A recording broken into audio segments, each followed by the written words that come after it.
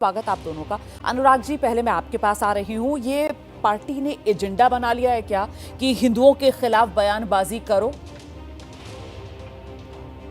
देखिए, पहले तो आप समझना पड़ेगा, मैं पहले नहीं बहुत शुरू से कह रहा था भारतीय जनता पार्टी को कि आप समाज के अंदर में कैसी राजनीति को जन्म दे रहे हैं।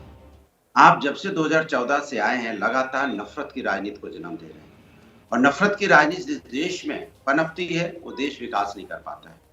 अब देखिए, जिस तरह का आगरा में जिस तरह से तलवारें लहराई गई, जिस तरह से एक दलित सांसद को डराने के लिए एक चुना हुआ दलित सांसद हैं और उनके घर में जब तोड़फोड़ की गई, तो क्या सरकार की जिम्मेदारी नहीं बनती थी कि उन पे कार्रवाई करने की? फिर उनकी हिम्मत देखिए, 70-80 हजार लोग कहने लगे कि एक सेना करनी सेना आ गई। भाई, देश में तो मैं एक ही सेना जानता हूं जिसको हम फौज बोलते हैं, जो देश की सुरक्षा के लिए होती है। अब इस तरह से जाति के नाम पे, धर्म के नाम पे सेनाएं बनने लगेंगी तो फिर कैसे काम चलेगा बताइए आप? हिंदुस्तान तो अनेकता में एकता वाला देश है, सभी धर्म सभी जातियों का सम्मान करने वाला देश है। अब अचानक संविधान की धज्जियां उड़ाने लगी और सरकार चुपचाप देखती रही। भाई, कौन सी सेना आ गई?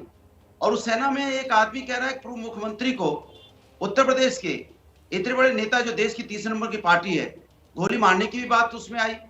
आप बताइए, इस तरह की घटनाएं जब समाज के अंदर आने लगेगी, जब इतनी नफरत आप पैदा करोगे तो फिर देश कहां जाएगा? ठीक है, मैं इस पर जवाब लेती हूँ।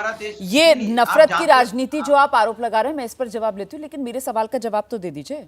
ये समाजवादी पार्टी ने एजेंडा बना लिया है क्या हिंदुओं के खिलाफ जहर उगलना है? नहीं सर, आप मेरा सवाल जरा समझ लीजिए ना, क्योंकि यहाँ पर एक पैटर्न देखने के लिए मिल रहा है। समाजवादी पार्टी के नेता, और वो नेता जो एक खास समुदाय से ताल्लुक रखते हैं, दलित समुदाय से आते हैं, उनकी अपनी एक बड़ी पहचान है सर, उनकी दलितों के बीच एक बड़ी फॉलोइंग है, और ऐसे में वो नेता सामने आ रहे हैं और करोड़ों हिंदुओं की आस्था मंदिर से लेकर श्री राम तक को निशाने पर ले रहे हैं। अब तो तुलसीदास जी को भी घसीट लिया गया है सर। ये क्या हो रहा है सर? ये सोची समझी रणनीति है समाजवादी पार्टी की? ये सवाल था मेरा।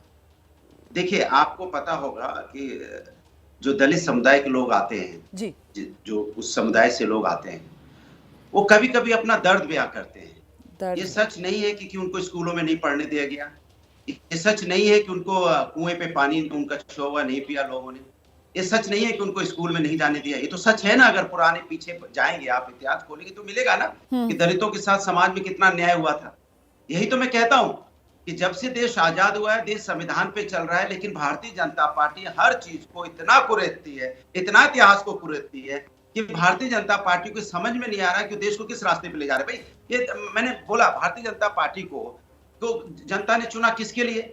विकास की राजनीति करने के लिए। कैसे यूनिवर्सिटी बने, कैसे कॉलेज बने, कैसे इंफ्रास्ट्रक्चर बने, कैसे यहाँ पे लोगों को स्वास्थ्य व्यवस्थाएं मिले। तो वो किसकी राजनीति करने लगे? वो धर्म की राजनीति करने लगे। धर्म की राजनीति करने के लिए, धर्म की बताने के लिए यहाँ पे संत महात्मा हैं, मैं जवाब धर्म के बारे में हमें ज्ञान देंगे। लेकिन भारतीय जनता पार्टी धर्म की राजनीति क्यों करने लगी? भाई, आपको तो विकास के लिए चुना जाता है, नेता तो विकास के लिए चुना जाता है ना। फिर नेता और महंत जो होते हैं, महंत हमारे जो साधु संत महंत हैं, वो हमें ज्ञान देते हैं ना धर्म का। आपको हमने इसलिए चुना है कि आप हमारे रोजगार खत्म कीजिए, हमारे यहाँ